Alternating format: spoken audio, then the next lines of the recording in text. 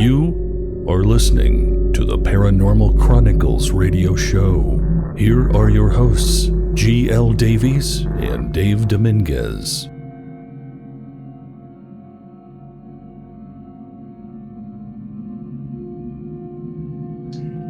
Good evening and welcome to TPCN, the Paranormal Chronicles Network. I am G.L. Davis, founder of theparanormalchronicles.com, but you can call me Gav, and Happy New Year to you all. I would like to thank everyone that has subscribed, shared and pressed the notification button. Thank you, bell buddies. Now I advise you all to work your way through our archive for great paranormal content on ghosts, Bigfoot, UFOs, and so much more. Hours and hours of content. Great guests, great videos, great testimonials, great pictures, you name it. If you have an interest in the paranormal, regardless if you're skeptical, enthusiastic, or on the fence, get in there, dig through the archives, and work it out for yourself. There's some great stuff, okay? So tonight, we are going to look at the biggest and most intriguing paranormal stories from around the globe that has captivated the paranormal world. All the stories we discuss, plus others, are featured on the Year in Review article, which you can enjoy on the paranormalchronicles.com. And all the pictures will be presented right here, right now, in this YouTube TPCN presentation. So don't go anywhere. And joining me tonight from El Paso, Texas, is my dear friend, host of the Event Horizon radio show, right here on TPCN, and my paranormal partner in crime, Dave Dominguez. Happy New Year, Dave. What have you been up to? Happy New Year, Gavin. Thanks. It's great to be here. Yeah, we got lots of things lined up for today, and we've been really busy at the Event Horizon, getting new shows ready for next year. We'll be doing several things with Black Eyed Kids and an interview with the medium who actually made contact with Mary Kelly, which was Jack the Ripper's last victim. Wow. And we have several other interviews lined up. Interviews here about ghosts here in the Southwest and things of that nature. Oh, Dave, I am so excited for it. This is going to be absolutely amazing. And also, we have the UK's very own Scully and paranormal investigator extraordinaire, Claire Elliott of the Claire Witch Files. Hello, Claire, my friend. This is your third time on TPCN. You are family now. What have you been up to? Oh, thank you. Hi, guys. Happy New Year. I'm okay, thank you. I'm working hard on my dissertation. I'm hoping to submit it soon on paranormal belief and electronic voice phenomena. So, yeah, working hard on that in a minute. Excellent. Absolutely superb. It's always good to hear from you because you look at the paranormal differently. You really tear it apart, you really rationalize it and put it back together, which is absolutely superb for a show of this ilk. And what we're going to do is, because you're a lady, Claire, we're going to start with you with the news story that grabbed your attention. What have you got for us? Well, I've got the creepy or killer clowns, depending on which media outlet you read it from. Now, I'll just briefly talk about how it started, which obviously is on the Paranormal Chronicles website, but I also want to just discuss a little bit about the psychology of clowns and why fear of clowns is a very common phobia. So, killer clowns or creepy clowns, it started to become a media frenzy in August of this year. Sorry, last year I should say, 2016, where it seemed that kids decided that they were just going to randomly wear a clown costume and frighten the public. So the first sightings were spotted in Canada, and then it was South Carolina where it became, it kind of caught the public mood. And then from that point onwards, it came a media frenzy, and any kid decided that they were just going to dress up. But, you know, genuinely, people were frightened of it. A lot of people have a fear of clowns. A lot of the clown sightings allegedly had carrying weapons, chasing people. They weren't saying anything. So it's really frightening, and I think most of us would be pretty scared if we saw something like that, particularly in nighttime. So much so that McDonald's apparently stopped sightings of Ronald McDonald sort of family outings for their advertising because it was, it could scare people. So, it was taken pretty seriously. I mean, some people thought that it might be to do with the Stephen King It remake. Yes. But that was denied, but I mean, it could have been that's what seeded the idea about people dressing up. Clown sightings, people dressing up as clowns, nothing new. I mean, in historical terms, you've got court jesters that wore those kind of outfits and masks and things like that. So historically, they've been a figure of entertainment. It's only recently it's become scary, and that was partly from there was a serial killer called John Wayne Gacy who, during his time dressed up as a clown, as a children's entertainer, nothing to do with his criminal behaviour, but the association was made between, scary clown, possible killer. So there's been quite a few theories about why we may be scared of clowns. And it's had its own name. I'm not sure how you pronounce it. I think it's coulrophobia, something like that. The idea is that basically we find clowns creepy because we don't know what their intention is. So their faces are often heavily made up. They may have a smile painted on their face, but not necessarily smiling. So there's a level of ambiguity about what their emotion is. And that kind of mismatch can be quite scary for some people. And obviously, it's they've got oversized features, of course, as well. That's been exploited in films such as It and also Poltergeist, which has a scary clown doll in the film as well. There was a study in 2008 that apparently said that most children dislike clowns, which is quite sad, really, when you think about it, because they're often hired for kids' parties, and also a lot of hospital wards, children's wards, are decorated using clowns, amongst other things. And if the majority of children are scared of that, that could make it quite a scary place to be. But so I find it quite interesting from a psychological point of view. But, yes, I wouldn't want to meet one in the middle of the night. I would be pretty scared myself. I think a lot of it comes down to the Stephen King book, and then there was like a mini-series which was kind of put into the film It, and that's been remade. So, like you, my immediate response was that this is just part of a viral campaign, and it's gone mad. It's gone out of control. Like, I don't think this was mentioned in the papers at all, but in Ammanford, which is West Wales, it's a little former mining community where I work in, and some guys dress up as clowns, and they got beaten up. They just got beaten up just before Halloween. I understood that somebody actually hit them with a car and then beat them up. So, and as you said, it must be really, really difficult for children's entertainers, clowns, to get bookings after this hysteria. Sure. I loved the movie It. I loved it. I loved the book. The book and the miniseries are very different. But I loved Tim Curry's version of Pennywise. Want a balloon, Billy boy? It was great. So, David, are you scared of clowns? No, I never have. I don't have a fear of clowns or any of that sort of thing. We don't have too many guys dressing up here in Texas as clowns, because most of us are armed, so we probably shoot them. Yeah. So you didn't see any reports in Texas about people dressing up as clowns. So, but my thing about the clowns is that, growing up, we were never afraid of clowns or anything like that. And it wasn't until the movie It came out, and it wasn't until people said you should be afraid of clowns, that all of a sudden people are afraid of clowns. So that's my thing. I think it's just mass hysteria. So. Oh, yeah. I don't have a fear of clowns. I don't know. My kids aren't afraid of clowns. They don't particularly care about them. So, it kind of peaked towards Halloween. Yes. And then it all kind of died a death after that. Partly because obviously the police were, particularly in the UK, were very much of the opinion that, if you're seen out in a clown's costume, you're going to get arrested. So they took quite a strong line on it, which I think would have put some people off. But then it kind of, a week or two before Halloween, it kind of reached a crescendo, and then it just went all quiet again, luckily. It was a tough time for terror suspects and clowns. Yes. The police were very busy. But it'll be very interesting to see something, maybe there'll be something else. They arrested a guy. Is what, sorry, in South Carolina, the police arrested a guy dressed as a clown. They chased him, and they posted the footage from the police vehicle, and they're chasing him down the street. Yeah. I think that's the one you're referring to. Maybe. Well, there were sightings in lots of different cities in the UK. It sort of you hear about one and then another one, and there was one in Manchester which made news because the person allegedly got a photo of it, and that's the one that's on the website. That's it, from a car window. That was somebody in Manchester, I think, that was going shopping in the evening. But yeah, pretty scary. That was a great first topic. It wasn't so much paranormal, but it was kind of like paranormal themed in that, they took advantage of Halloween and obviously like the times of movies like It, and I believe A House of a Thousand Corpses had like a kind of a terrible clown. You referenced Poltergeist as well. And it's probably, I remember there's a really bad B movie, which probably myself and Ashley Shannon will cover on the other TPCN produced show, which is Hellflix, and there's Attack of the Killer Clowns. And that was a pretty grim film as well, yeah. Sounds like a good film. It was really bad, but they might be fans of that. So that was a great, great first story.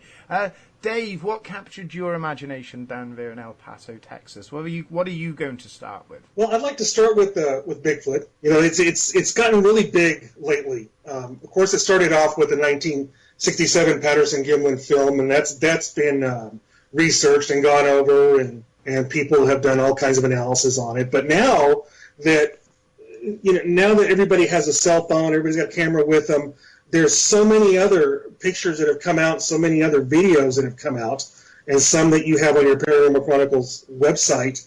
But still, we still haven't been able to get one that's clear and concise to say this is exactly what it is.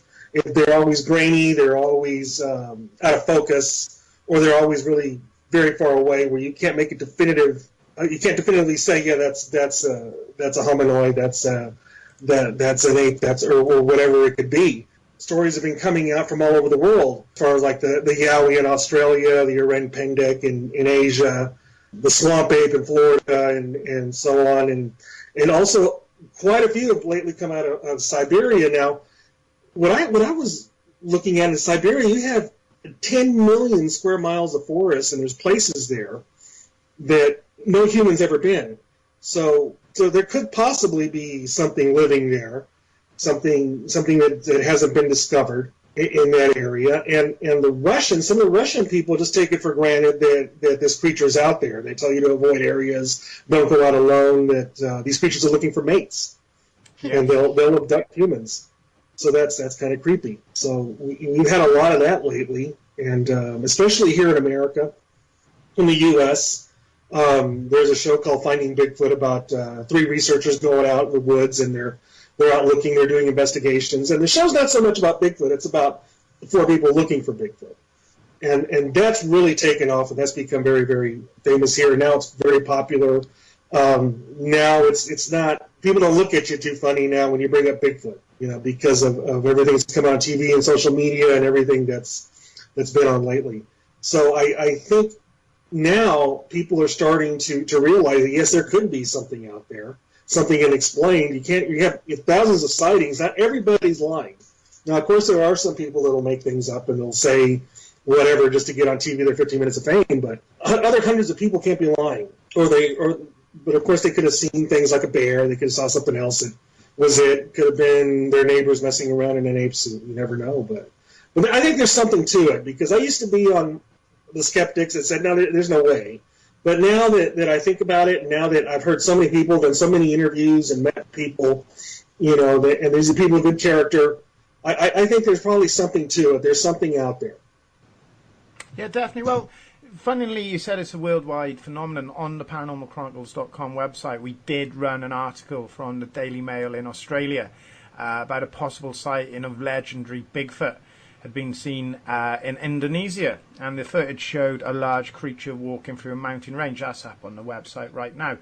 And it does seem to be a global phenomenon. It does seem to encapsulate all cultures all across the world, and it's huge in the States. In fact, myself and you, Dave, we did 2 specials on Bigfoot, which were hugely popular here on TPCN, where we brought on people like Keith Bearden and Dale Boswell, and they spoke, and Kevin Malik, of course, our dear friend, who spoke at length about their experiences.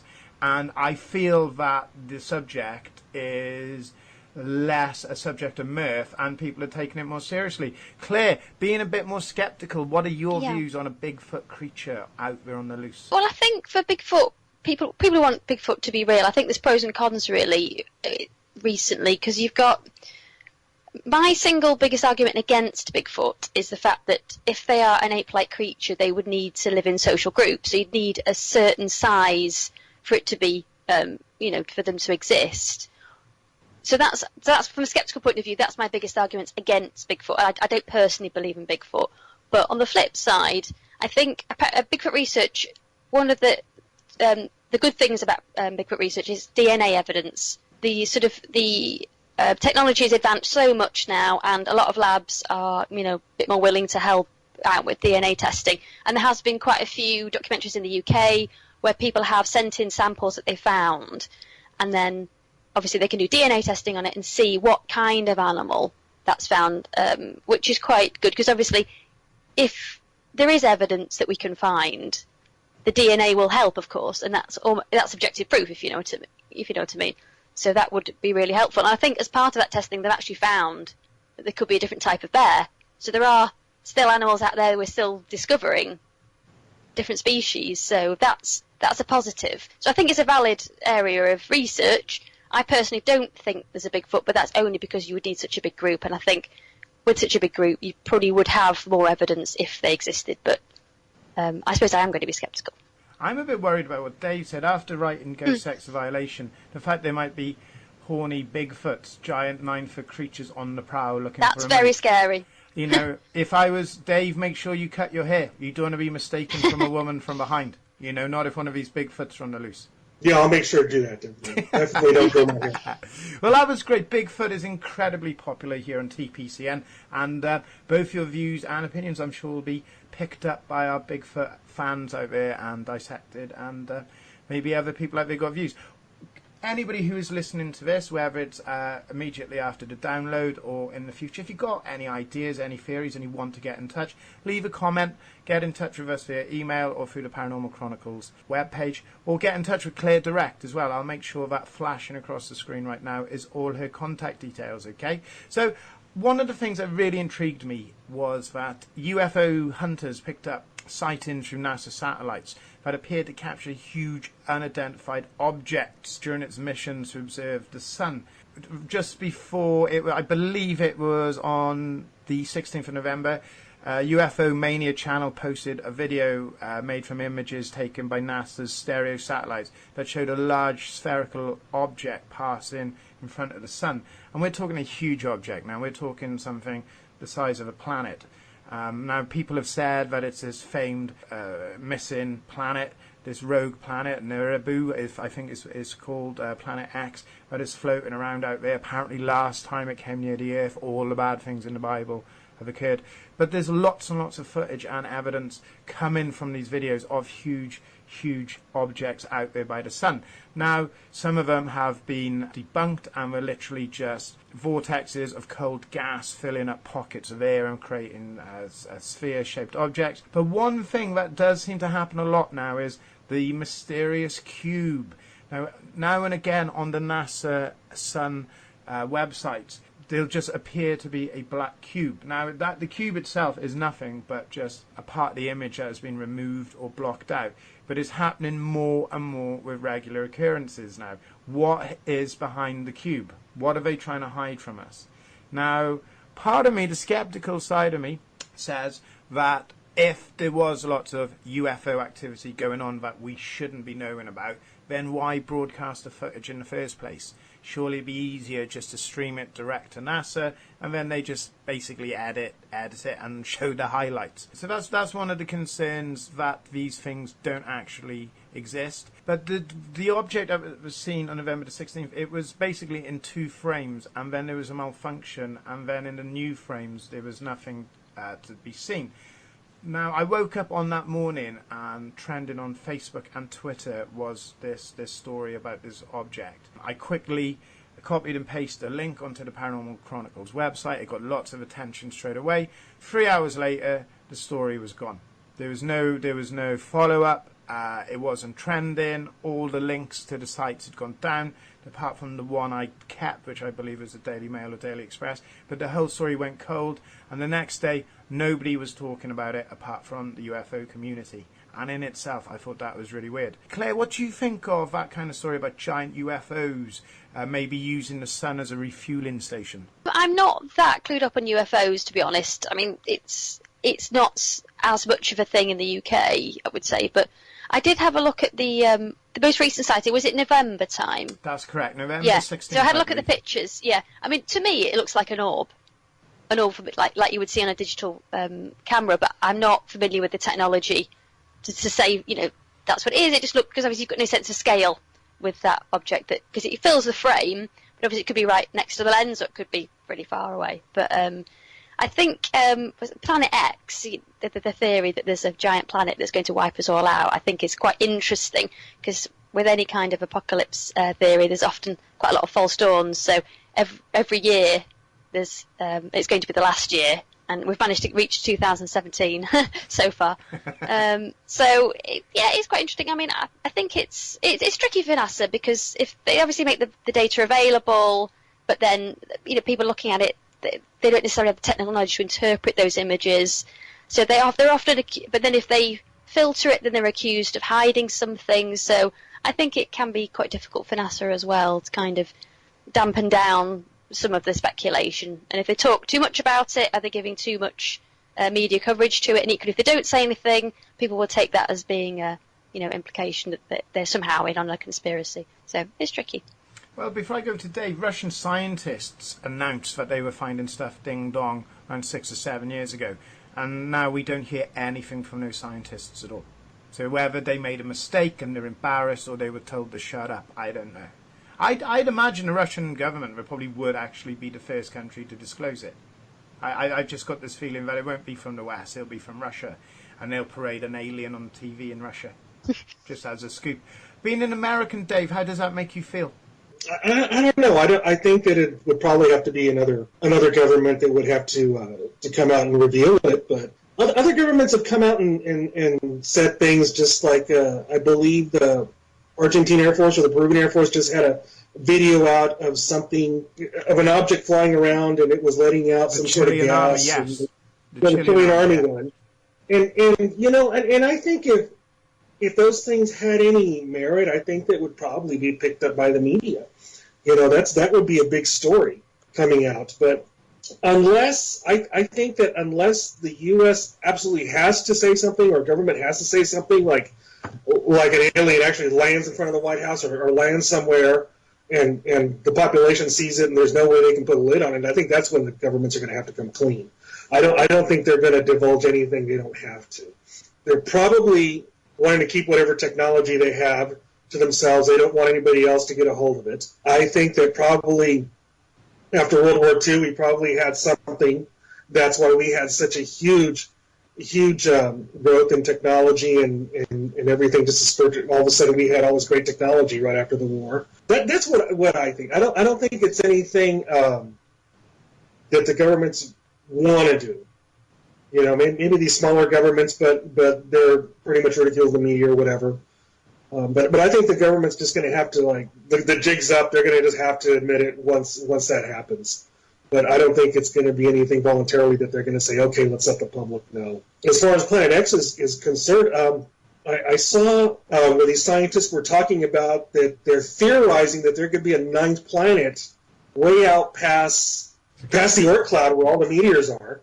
And every 5 or 10,000 years, it comes close enough that it'll pull these giant meteors and asteroids out of orbit and send them towards Earth, or send them towards other planets. Hence, why we get these apocalyptic events every few thousand years. So that's one theory about Planet X. I don't know if it's true or not, but that's something that they're thinking about. As far as that object close to the sun that they think is probably refueling, I think it's probably just a camera glitch. Because the sun is just so intensely hot, I can't think of anything going really near it to refuel. But then again, there could be technology that's millions of years ahead of time. You never know. But I think from what I've seen and from what I've read, it's probably just a glitch in the camera that took it. Yeah. So that's what I think. Well, it's funny because we've kind of segued into my second story, so sorry to jump out of turn, but I just thought it was really interesting what you both said. My second story was from Thursday, March the 3rd, 2016.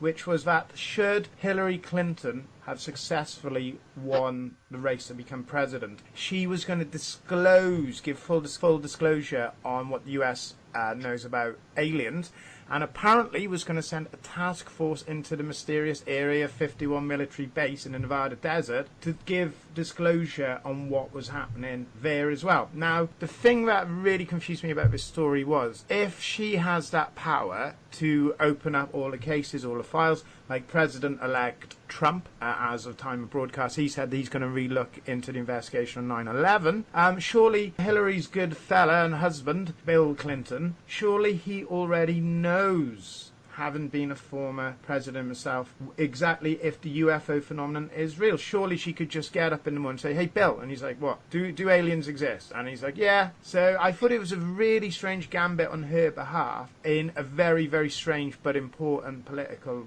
race to just go out there and say she's going to give full disclosure. And she got mocked. Now, out of all the stories the Paranormal Chronicles have run, so the ghost sex, things on Bigfoot, the UFOs, everything, this story created more controversy this year. I don't know, was it because of people not liking her or because of the passion that was associated with a presidential race? But this was hugely, and people took massive shots at Hillary for doing this. Now, personally, I'm not involved in American politics, but I'd love for a leader to just say, right, we're going to delve deep into this and we're going to give you the answers. So could that be why Trump, if you're a conspiracy theorist out there, maybe that's why the Russians allegedly got involved in the voting. Very berserk indeed, because it's not the first time. Because I believe it was Harry Truman and Jimmy Carter both had UFO experiences and said UFOs were real. Reagan, in a peace treaty, a peace summit with Gorbachev in Iceland in the mid-80s, they both signed a treaty to say if there was an attack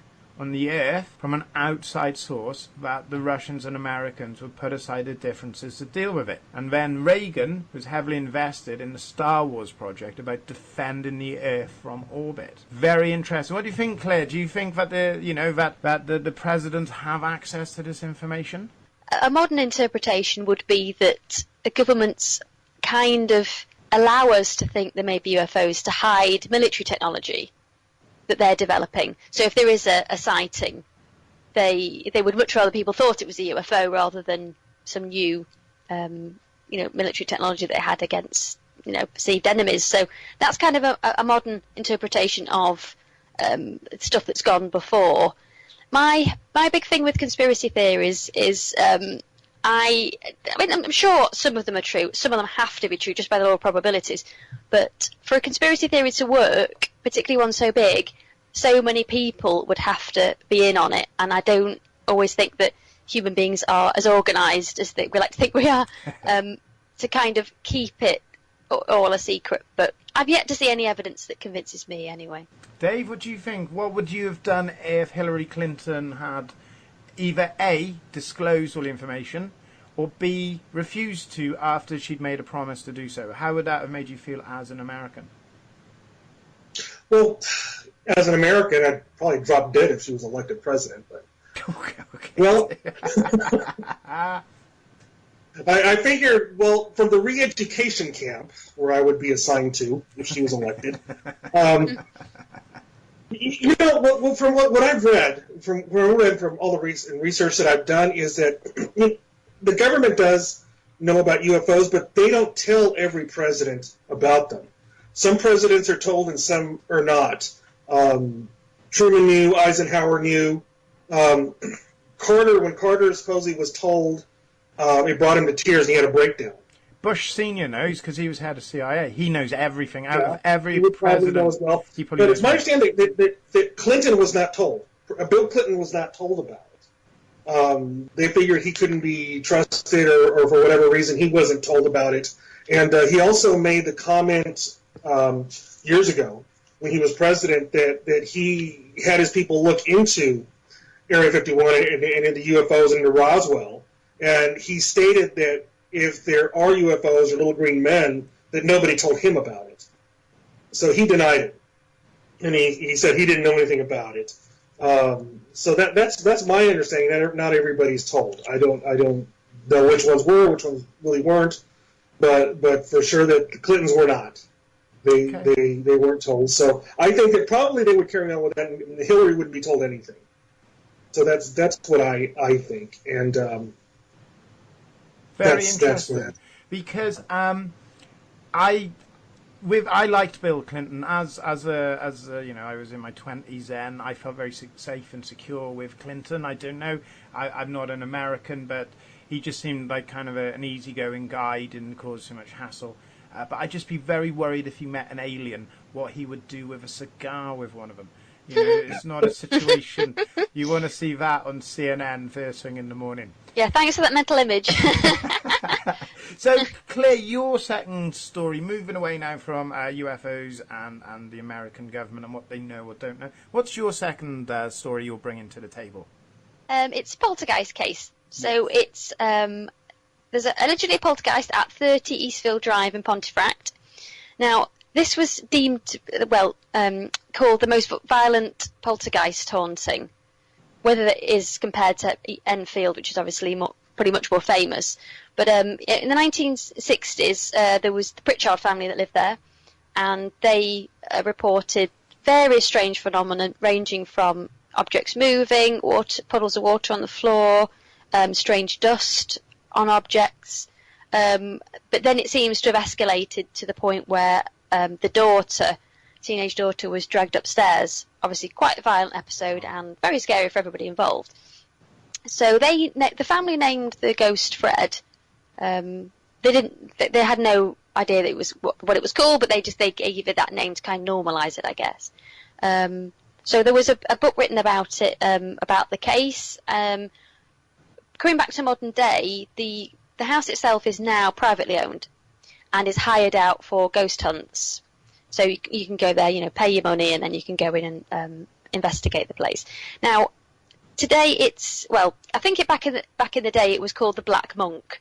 Now the idea is that the house is opposite the gallows of the village as was, and there was a monk that was hung there for murdering a young girl.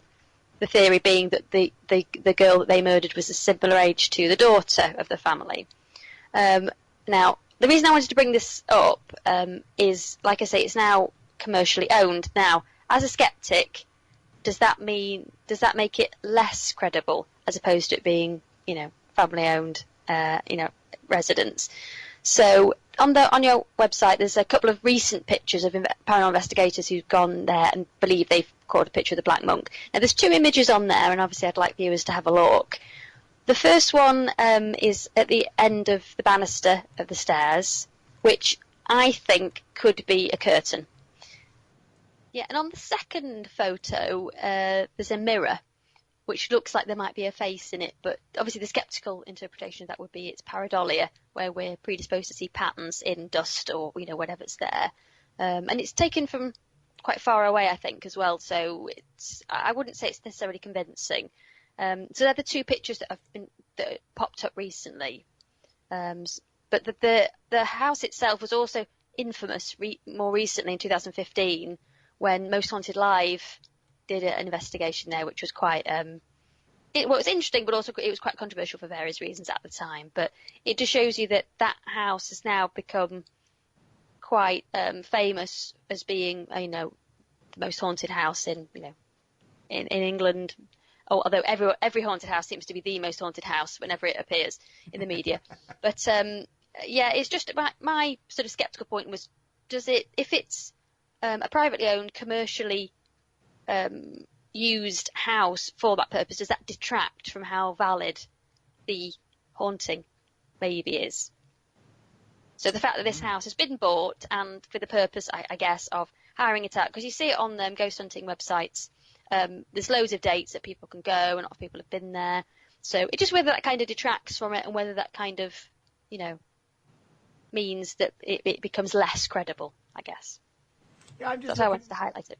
I'm looking at the pictures now, and when I first saw the picture, the newspapers are saying this is like a spectral arm holding like a rosary bead or something like that. And, you look at it and you're like, okay, that's interesting. And then I listen to you and I'm looking at it and you're like, it's a smudge. And I'm like, yeah, all I can see now, it looks like someone's dropped a bottle of wine on the wall. Dave, what is your opinion of poltergeists and home hauntings of that nature, sir? Well, what I've noticed about poltergeists is that there's usually some young teenage girl around, and it turns out to be teenage angst, and she's bringing up all this energy and is causing all these things to occur. So I don't know how true that is, but I really don't buy too much into the poltergeist thing, because it's my understanding that ghosts can't hurt you. That human ghosts can't hurt you. It's only the demonic things that can hurt you. So it could be some sort of demonic entity. But as far as the Enfield haunting, I think that there's probably something to it, but as Claire said, it's become so commercialized now, and they've made movies about it now. So I think people really want to believe it. So they've gotten people to believe that something actually is occurring there. Okay, so both very skeptical on this. Without spending time in the house and speaking to the people, I wouldn't really know. But it's a great story. What I've done is, for this broadcast, you should be looking at the pictures now. You can, give us your views, give Claire and Dave your views as well. And these stories and all the other stories are on theparanormalchronicles.com as well. Okay, and there'll be other stories that we won't cover here tonight. But yeah, that's a great story. Would you spend the night there, Claire, on your own? Oh, definitely. Yeah, definitely. Okay. I'm going to put it in my will that my beneficiaries have to spend the night in a haunted house. So. Okay, definitely. Fair enough. Like, people say to me, because of the book of Most Haunted Houses, would I want to go back to that house? And because of the emotional trauma, I don't think I could. I'd like to put you two there and see, put you there for a couple of months. Because one thing I think we've got to be very clear and understand is, and I don't upset any investigators out there, like my last podcast when I talked about the Pembrokeshire haunting and the ghost sex phenomenon, but it's not just about just going to a house for a night or a weekend. If you want to do thorough study on the house, you need to do your research beforehand, interview the people there, and you want to be looking at that house, examining the house for months. You want to be making it a regular haunt, pardon the pun. But you really need to examine that house and going in for a night and taking some pictures and stuff. The one in the mirror, I don't know if you've got access to that now. Yeah. Pareidolia, again, do you think that's just the mind looking to make an image? Or looks like, I don't know, looks like a face with ladies' hair, or, I don't know, rock star hair. I don't know if you've got that image in front of you, but have you got any theories on that photo in regards to that house? Yeah, I mean, it's quite rounded if it is a face. It's like anything, though, if you, like you said, if you're told there's a face there, then you'll see it. But to me, it almost looked too round to be a face, and which would mean it's more likely to be sort of a pattern something in the mirror itself, particularly if it's an antique mirror, because a lot of those perish over time to the silver foil at the back and can give sort of imperfections in the glass. And if it hadn't been a haunted house, one of the most haunted houses in the UK, nobody'd be even taking pictures in a mirror and looking for stuff. If that was just a picture from your house and you were taking a picture of your cat, no one would probably even notice. So that's excellent, and it's good that we covered something in the UK as well there.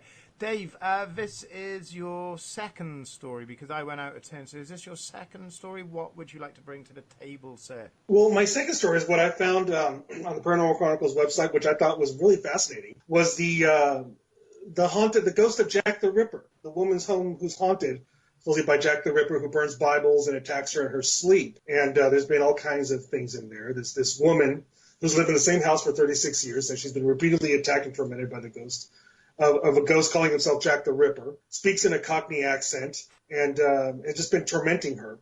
Burns Bibles, does all kinds of horrid things, pulls her by her ankles. This entity's been, I guess, believed it was about 6 months ago, that other paranormal investigators have run screaming from the house. Priests and that sort of thing, people have gone to investigate. That it's just done a bunch of horrible things to her. It speaks to her, and it has like a Cockney accent.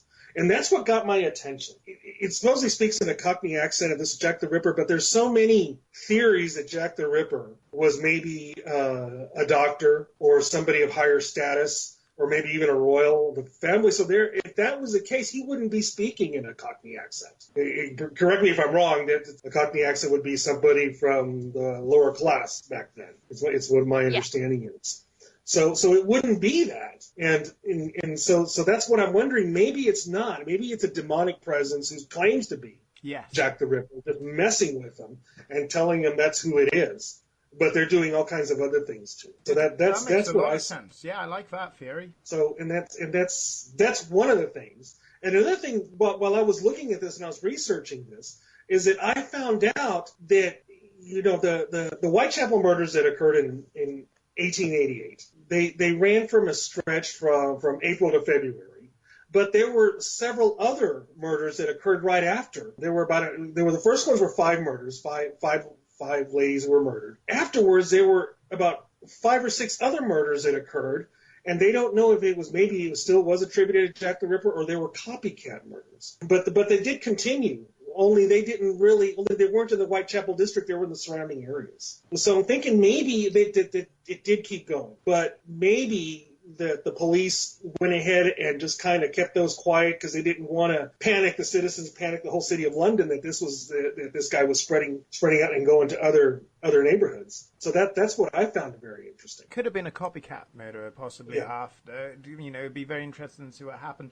Now, with the photos, I want to jump in because I know that Claire will probably be quite sceptical on this. In one of the photos, which should be on this broadcast as well, in about two of the pictures, there's either one or more cats, and they seem to be exceptionally relaxed. Apart from one where there is one appears to be looking at the orb, the other ones are asleep. They seem to be quite, they don't seem to be that upset about it. So maybe this spirit who is claiming to be Jack the Ripper is also an animal lover. Maybe he doesn't mind the cat so much and wants to just take his anger out on humans. What did you think about this story, Claire? Yeah, I mean, obviously, sceptical interpretation. One of the pictures is taken in the bedroom. Obviously, sleep paralysis could be explained some of the instances where someone's they think that something's happened while they're just after they've awoken, but they're not fully awake and they can't move, but they're still dreaming, and that can sometimes be interpreted as paranormal. And I noticed that one of the pictures was taken in the bedroom. It is difficult to see what's in the corner there. And then some of the later pictures, it kind of just seems to be orbs, which are quite common in digital photography when the flash is used. So I don't think necessarily orbs in themselves are good evidence of the paranormal. Some people do sort of think, there's a huge sort of theory about what orbs mean, different colours and shapes and all that kind of stuff. But from a sceptical point of view, in any room where there's dust and you use the flash, you'll get orbs. So unfortunately, I don't think any of those pictures convince me. But I'm not, obviously for the family, it sounds like it's very, very upsetting for them. And that's pretty scary. It must be terrifying, to have Jack the Ripper of all people. Probably is just a little bit below someone like Hitler. That's an excellent story, Dave. And I understand that one of your future broadcasts here on TPCN for your Event Horizon online radio show is with someone who has communication with the Jack the Ripper ghost. Is this? Am I got that right? It's a lady who's a medium. She made contact with Jack the Ripper's final victim, Mary Kelly. She made contact with her because Mary Kelly wanted her story told. So we're going to be telling her story, Mary Kelly's story, as she told it to my guest. And she'll be letting us know what she said and what she told. Now, she also made contact with Jack the Ripper himself, who tried to stop her from making contact with Mary Kelly. And they actually had a conversation as well, and she was very upset by that, by the things that he told her. So people will have to tune in and check that out. It's going to be a very, very interesting interview. I have a lot of information on that, so I'm looking forward to doing that interview and sharing it with our listeners. I'm excited. It sounds really interesting. Yeah, absolutely. I can't wait for that one. If you are listening to this for the first time, as I said earlier at the top of the broadcast, please go through our archive. There's more from Claire. She's done a few shows with us. There's other guests. We've got some photos. We've got some opinions. We've got shows like this.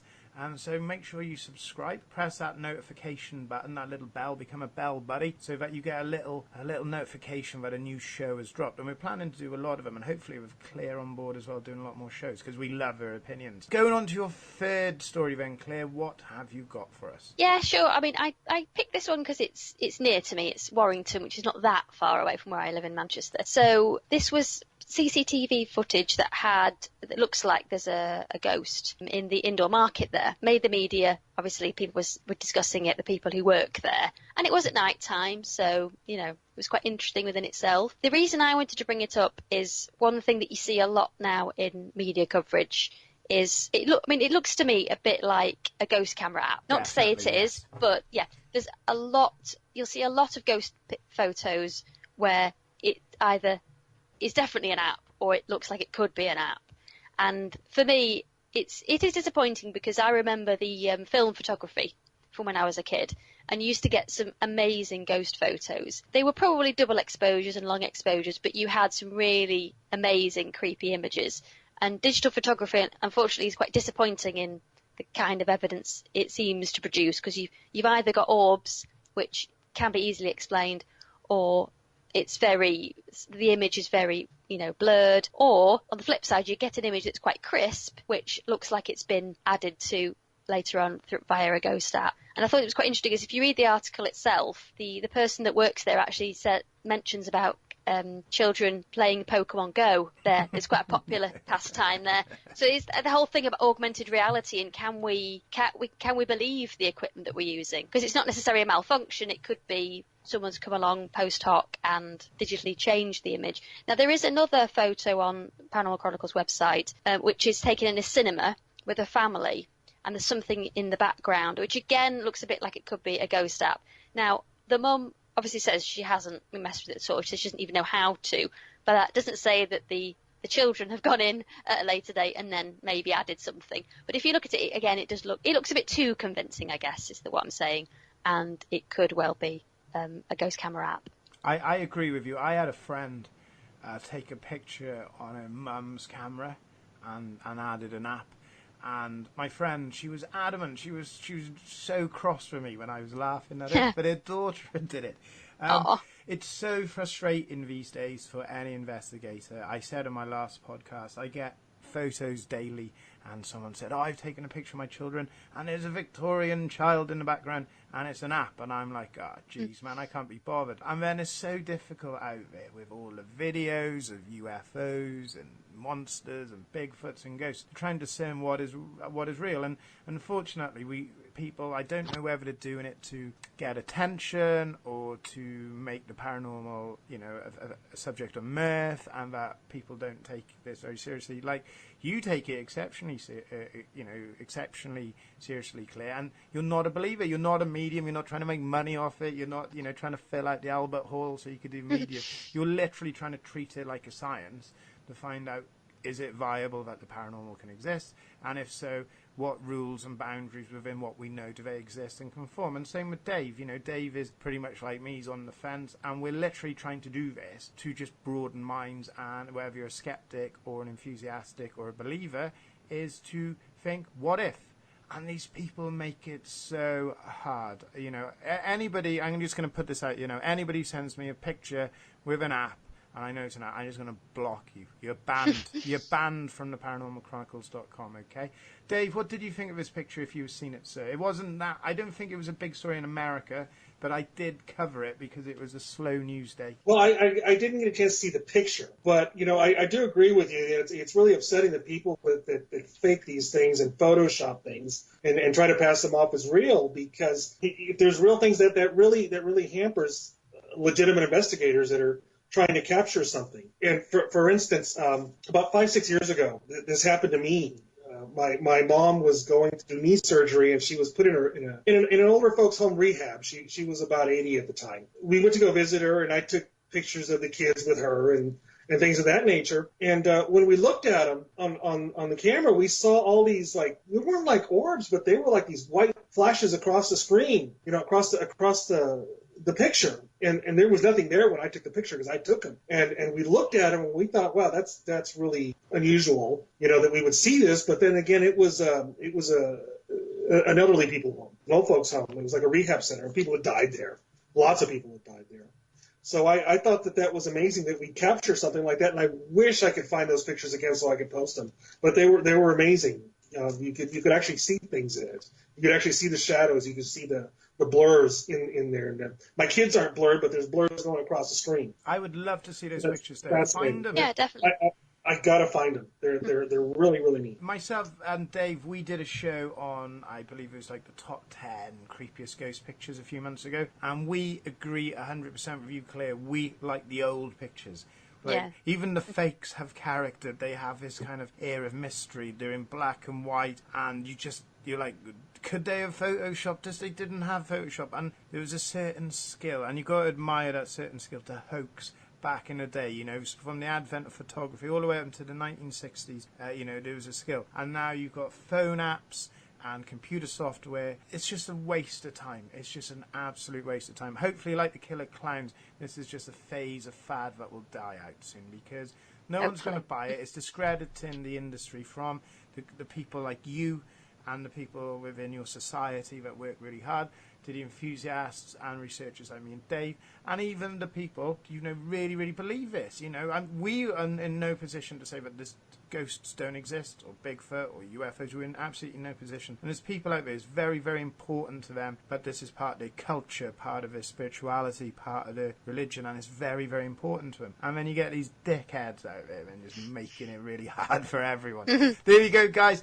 I'm starting another rant. Moving on, Dave, what is your third story then, sir? Well, my third one is something that I've been really fascinated with lately, and plan to do a show on later on, is about black-eyed children. Now, this phenomenon actually started back around 1998 when a reporter in Texas called Brian Bethel first posted a story about this, about these children that approached him in a movie theater parking lot. And he went back to get his car late one night. He was out, and then he went back to get his car or something like that he'd left in a parking lot. And these two children approached him and asked for a ride. They asked to come in his car, and he noticed they were wearing hoodies and they had black eyes. And they were like really ominous. He felt some ominous feeling. He didn't want to let them in the car. He didn't want to roll down his window. And then he looked away, looked back, and they were gone. Now, since then, there have been several other reports from people of seeing these black-eyed kids. They'll knock on your door at night, late at night, and they'll ask to either come in, use the phone, or whatever. But they need to ask permission to come into your house. And they're always dressed in some sort of hoodie. They're always dressed in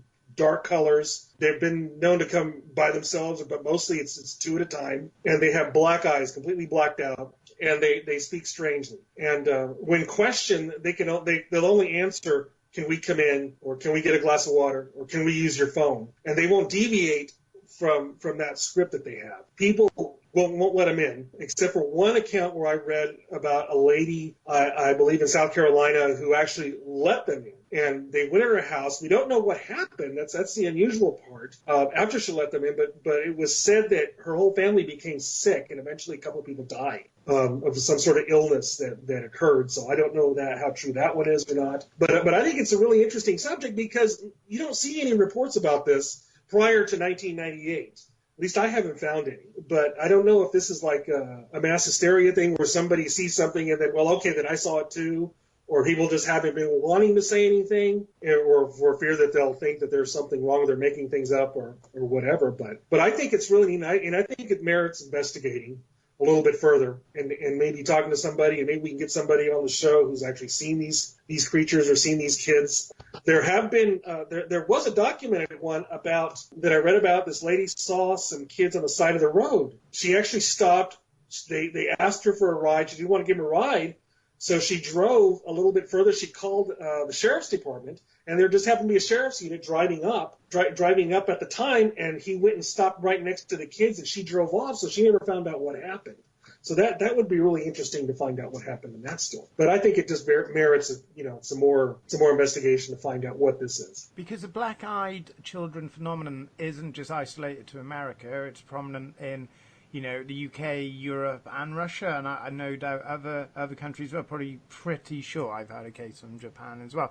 Because on the website, probably hence why you chose the story, is it says, "Does this picture prove ghosts are real? Mum captures clearest image ever of black-eyed spirit child at Victorian Museum." It doesn't really guarantee it's a black-eyed child. It just looks like a white silhouette of a child waving.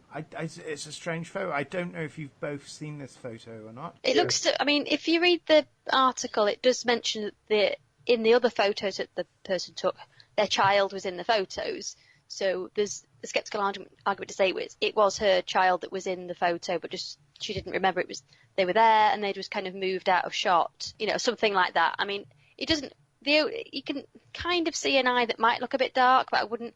Black-eyed child wouldn't be what I would initially think of for that image. Because you can't really see the face that well. It's just like a really bright image. I don't really see anything. It's just like.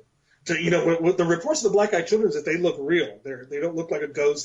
They look like real children standing in front of you.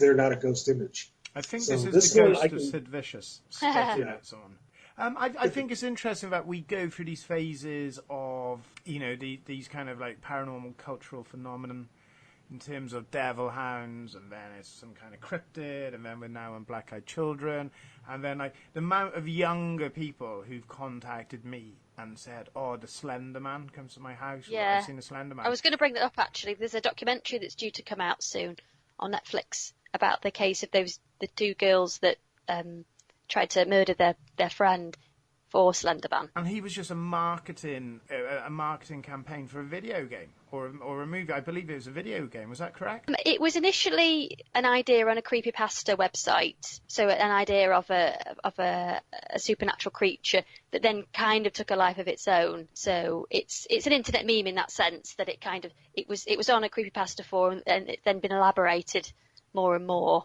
and has been used on lots of things. And yes, there is a computer game of Slenderman. There's probably more than one now, actually, and films and things like that. Because I remember when, from the time I was about 5 till about probably still going now, there was always a white or a grey lady. There was always some kind of haunted dog.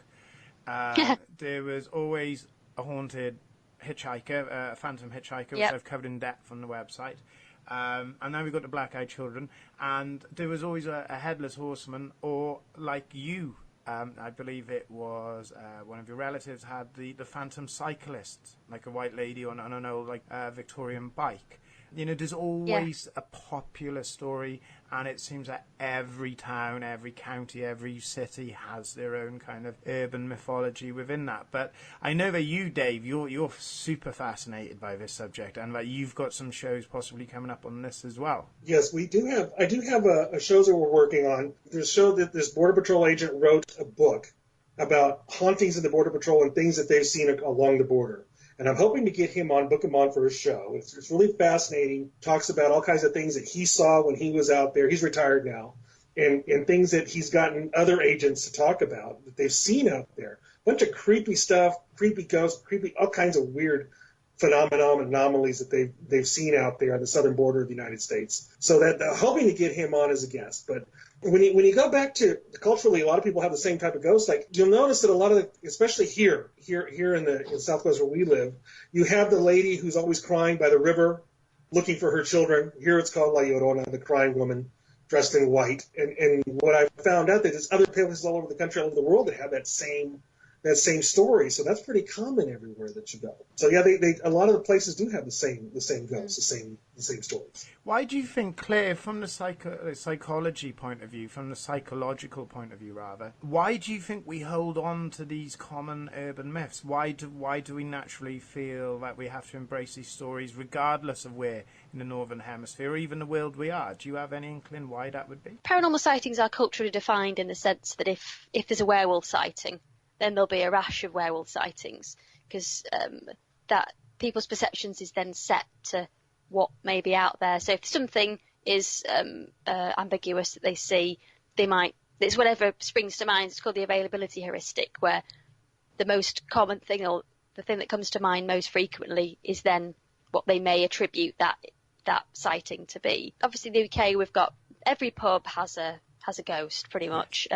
Haunted stately homes, castles, and they do take a similar format. So you'll have a white lady or a grey lady, like you mentioned, or somebody who lost love, where someone killed themselves because they were waiting for someone to come back from war who never returned. Yes, there's quite a lot of you see a lot of the similar themes, and we might have a cavalier or someone, depending on the historical setting.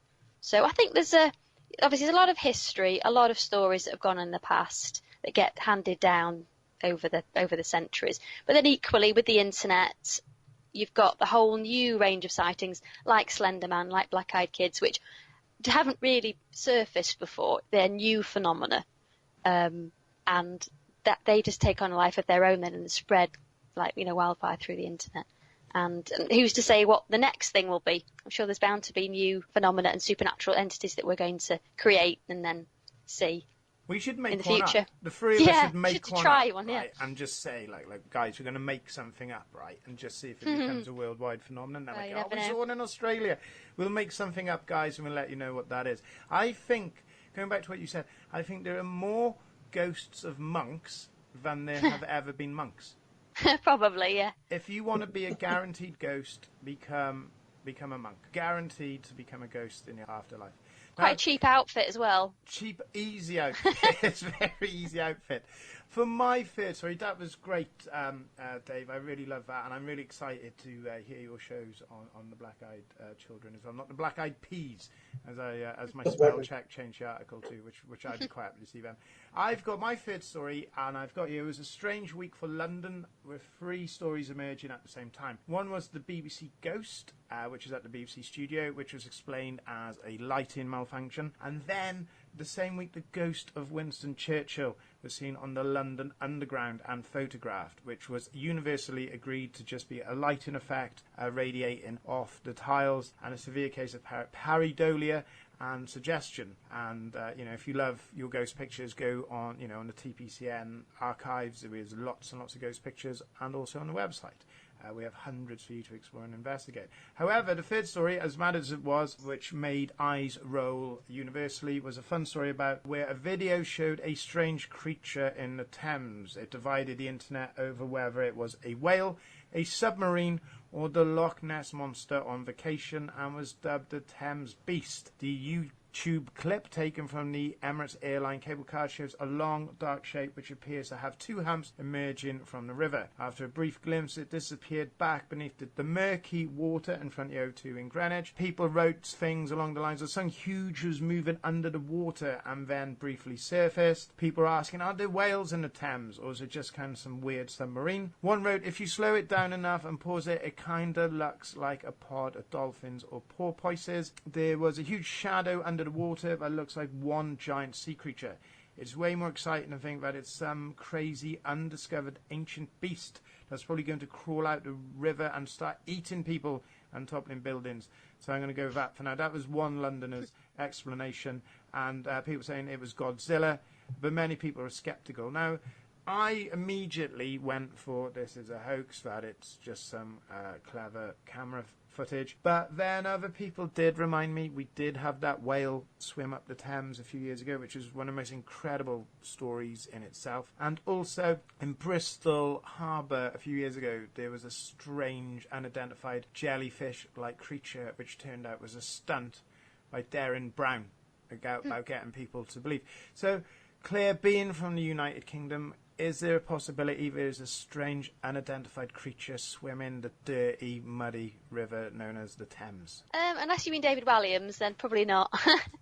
But I think I did, when I was doing a bit of research on it, apparently in the last 10 years there have been 49 whales, 2,000 seals, 450 porpoises, and dolphins spotted in the Thames. So there's quite a lot of wildlife that it could be, and like you mentioned, it could be more than one animal to create that image, because it's only there fleetingly, so it almost looks like it's got humps, but that could be 3 animals rather than one giant one. So I don't think it's necessarily a hoax. I think it's going to have a rational, sort of natural explanation. Okay, and what about you, Dave? What do you think's going on in our capital's river? Oh God, I never having the opportunity to go to London or seen the Thames. I Come and visit really us. can't speak to that, but it could be, like you said, it could be whales, could be whatever floating around there. And I understand there's a lot of traffic, there's a lot of river traffic going up and down. Could be something that fell off a boat. Could be anything. I really couldn't say. Okay. Could be a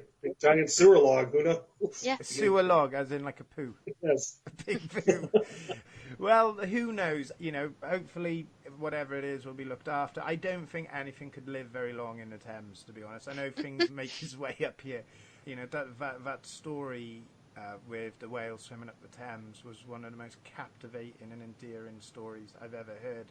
And it just made me think about, we have to have more respect for nature and animals. This creature, I almost imagined it sounds absolutely strange, but I imagined it as if all the sea creatures sent an envoy into the heart of a capital to say, look guys, have some respect, we're here, and sadly it died. And I remember being I was in a really bad part of my life, and I just absolutely was heartbroken when that whale died. And who knows what will end up in the Thames. But, you've got to be careful of, tourism and, trying to create mythology when it's not there.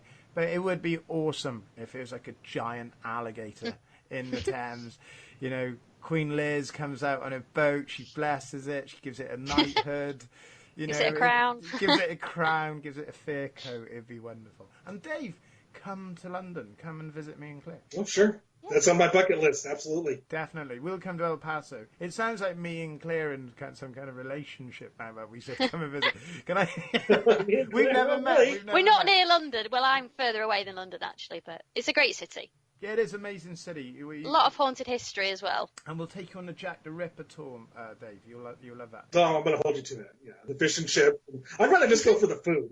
That's what the fish and chips. You just eat fish and chips, you'll die, Dave. Honestly, it's not the best thing to eat. Guys, thank you. Here where I live, we only have one place. That's it. Do you have fish and chips there? We have one place that sells fish and chips here in El Paso.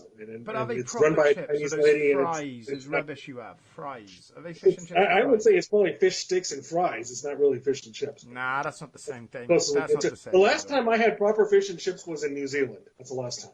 Wow. Okay. I don't think I could go that long without fish and chips. I might go and get some now. Claire, thank you very, very much. You have been absolutely superb with your insight and your stories. Where can our wonderful listeners and followers get hold of you? Yeah, sure. If you look on my website, clairewitchfiles.com, and all my links are on there, so Twitter, Facebook, and all that kind of stuff. So, yeah, check it out. It is, and I'll make sure to post some links up for you as well. And Dave, how can we get hold of you, sir? You can get a hold of me at eventhorizonshow@gmail.com. And you can email me there, looking for people who would like to be a guest in the show, people who've seen black-eyed kids or had any type of experience with them, or any other crazy thing or paranormal thing you'd like to talk about. We're always looking for interesting guests and people to have on the show. And for me, I would like to both invite you to one of the shows I'd like to do in the next month, which will be a special on spectrophilia, the ghost sex cases, the psychology behind them. Why have they grown in popularity? Why are some people so obsessed? Why do I get nearly 500-600 people a day on the paranormalchronicles.com searching for ghost sex and how for them to happen to them? So if you want to get in touch with me, it is Twitter at ParanormalChron, on Facebook at The Paranormal Chronicles. You can email me at paranormalchronicles@aol.com or aim.com, and we look forward to hearing from you soon. Please subscribe, guys. Honestly, we've got great guests and great friends. We've got people like Claire from the Claire Witch Files, Kevin and Jennifer Malik, Joe Banks, the Spectre Detectives. There are so many. Keith Bearden, Dale Boswell, Ashley Shannon from They Made Me Do It movie blog, Elvie Swain. There are so many, and we've got lots more friends and guests coming up. So please keep in touch. Please press that subscribe button. Press that bell so you never miss a show. And thank you very much, and Happy New Year. Thank you very much, Dave. Thank you, Claire. Thank you. Thank you, Gavin. Thank you very much. You are listening to the Paranormal Chronicles Network. Please remember to subscribe so you never miss an episode. Visit theparanormalchronicles.com for paranormal news, reports, pictures, audio, and video content. Find us on Facebook at The Paranormal Chronicles. Together, we explore the unknown. Do you believe in ghosts? A Most Haunted House is the true best-selling paranormal account that has chilled the world. Available on Kindle, on Audible, and in paperbook. Dare you read? Dare you step inside a most haunted house?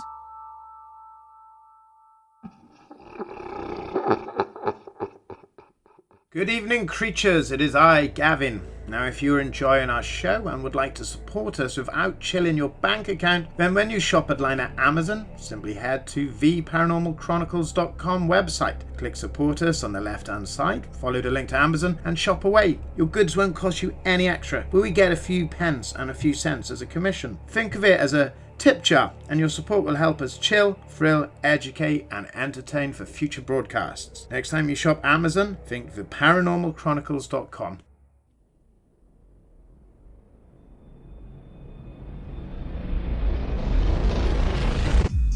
The Paranormal Chronicles.